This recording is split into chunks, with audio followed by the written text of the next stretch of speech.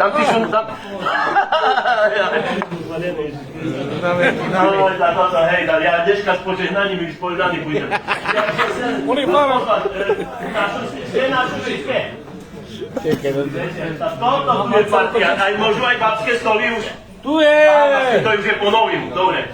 Čiže vidíte, že babské stoly, keby tam budete, viete? Natoč mi to. Teraz. Poďte si tam obláčok aj... aj máme lidi. Pijaných budem potom zdraviť. Dobre, ja by som aj tu chcel pozvať, že či vážení a milí, aj tam ešte sú ľudia. Poďte, začíname sa jednu pesničku. Aj vás pozývame z kuchyne. Poďte, šupky. Nikto každý, dobre.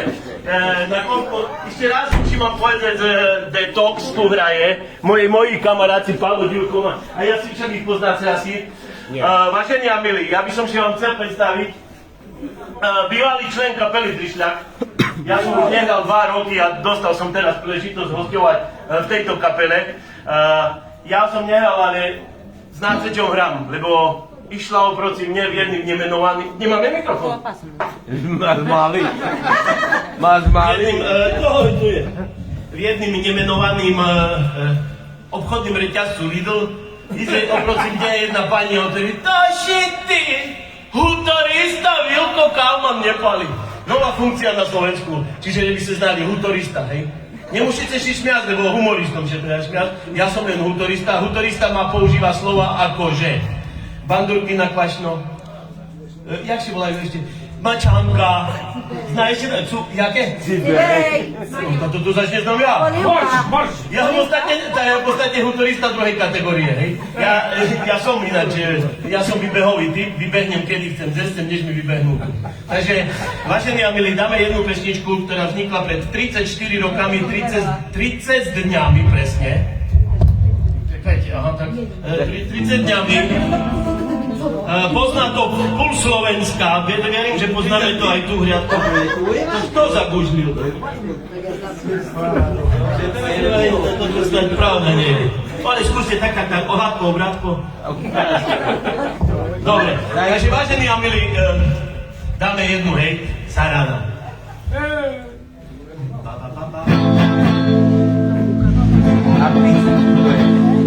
Rozpúšťajú, že nám družstva rozpúšťajú sánky. Každý chcený, čo nejnoho nastávajú zmetky. Moje máčo, že zač ušla iba jedna krávka. Nezostane už na blízku veru žiadna trávka. Sarana je najlepšejší, Sarana je rosa. Vtedy, že mi po travičko nešumneš mi kosa. Košenie je môj koníčok, ako šípy v noci. My gačové tak robíme, ako prekontroci. A travičku premeníme na pachňace šejko.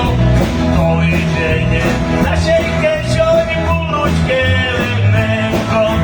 A Marička, že už víci, jak už pličko líga.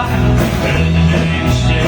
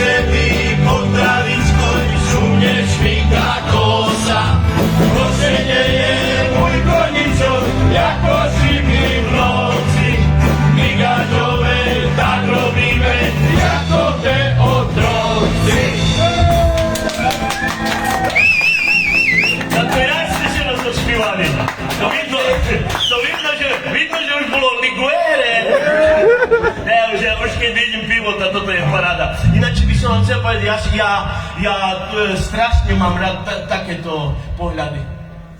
Sklenené. Ja len jedno si čudujem, že zoberte sebe, že my otvoríme novinky a tam americkí vedci zistili, že alkohol škodí. Jak oni môžu znať? Lepší sú na tým Rusi. Tam, keď otvoríte, a ruskí vedci zistili, že alkohol prospieva. No, tak toto je lepšie. A nás, východňárov, celoživotných výskumníkov, že nikto nič nesprie. Skade Američani môžu znať alkohole dačo. Ja myslím, že to by malo byť presne opačne. Oni by mali otvoriť novinky New York Times a tam by malo byť napísané: východňarskí vedci zistili, že alkohol prospieva. Ale len tomu, co ho predáva. Takže, alebo napríklad, východňarskí vedci zistili, že kto zamláda myša palenku s pivom, tá väčšinou na starobu myša ciment z písku. Alebo napríklad, východňarskí vedci zistili, že poldecov v Šlivovici nie je len na zdravie, ale aj málo. No a toto ešte bude gól, keď otvoria sa Američania. Východňarskí vedci zistili, že panenka vyrobená z bandurok je 100-krát chutnejšia, jak toto ich granolky.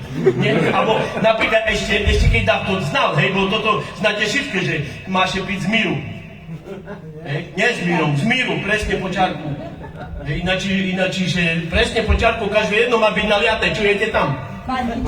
Ešte pije z míru, alebo napríklad, no ešte také si predstavte, New York Times otvoria. Východňarskí vedci zistili, alkohol je jak mama.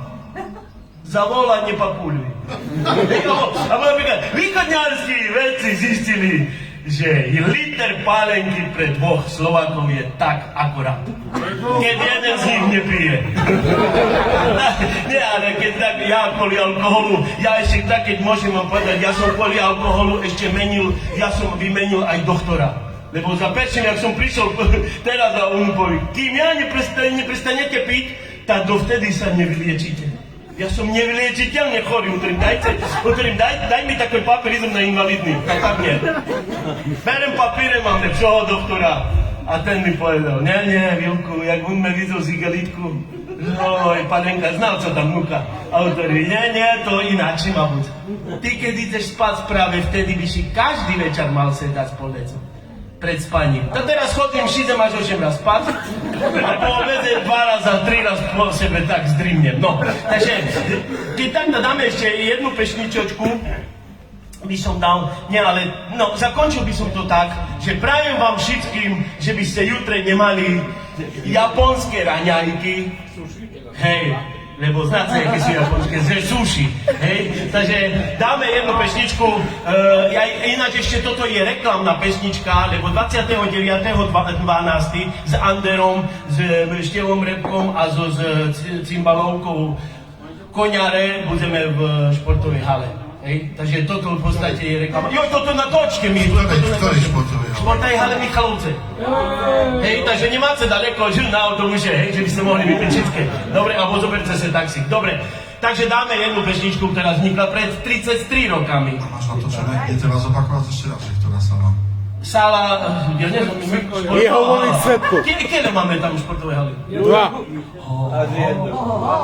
No, počúvajte, nájdete na internete. Dobre, takže kto kameruje vôbec? Vážení a milí, ja tu z hriadkov, všetkých hriadkov chcem pozvať 29.12. toho roku, bude Anders Košic, ja budem host, bude Števo Repka a hlavne jeho kapela Koňare. Cymbalovka, takže, dobre, takže toto bolo pozvanie a my sa dáme jednu pesničku, ktorú určite odznie dneška a ja sa s vami lúčim, lebo budeme ešte do rána fotiť po niektorým. Keby náhodou ste chceli, máte tu, sa môžete vyspovedať. Ty to som nemal povedať. Inkognito je. Ty si inkognito velebnosti, no dobre, jak chcete. Toto nevymažte. Takže ja ešte raz ďakujem Detox, že ste mi prijali pod strechu. Dáme túto pesničku, ktorú zaš každý zná.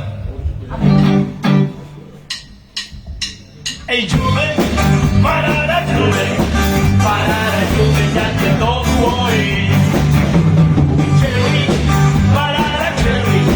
Parada Cherry, že tu hovorím.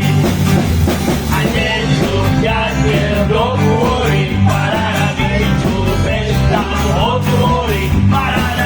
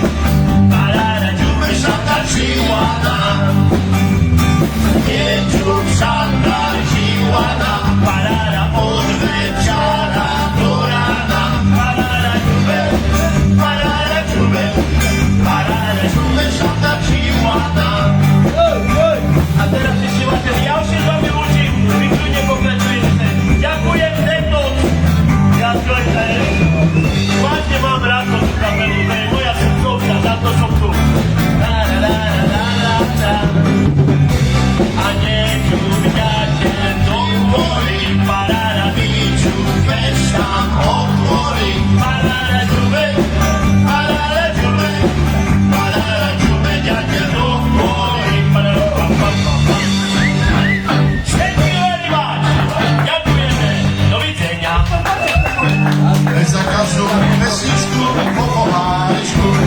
Za każdą pesniczką po polsku.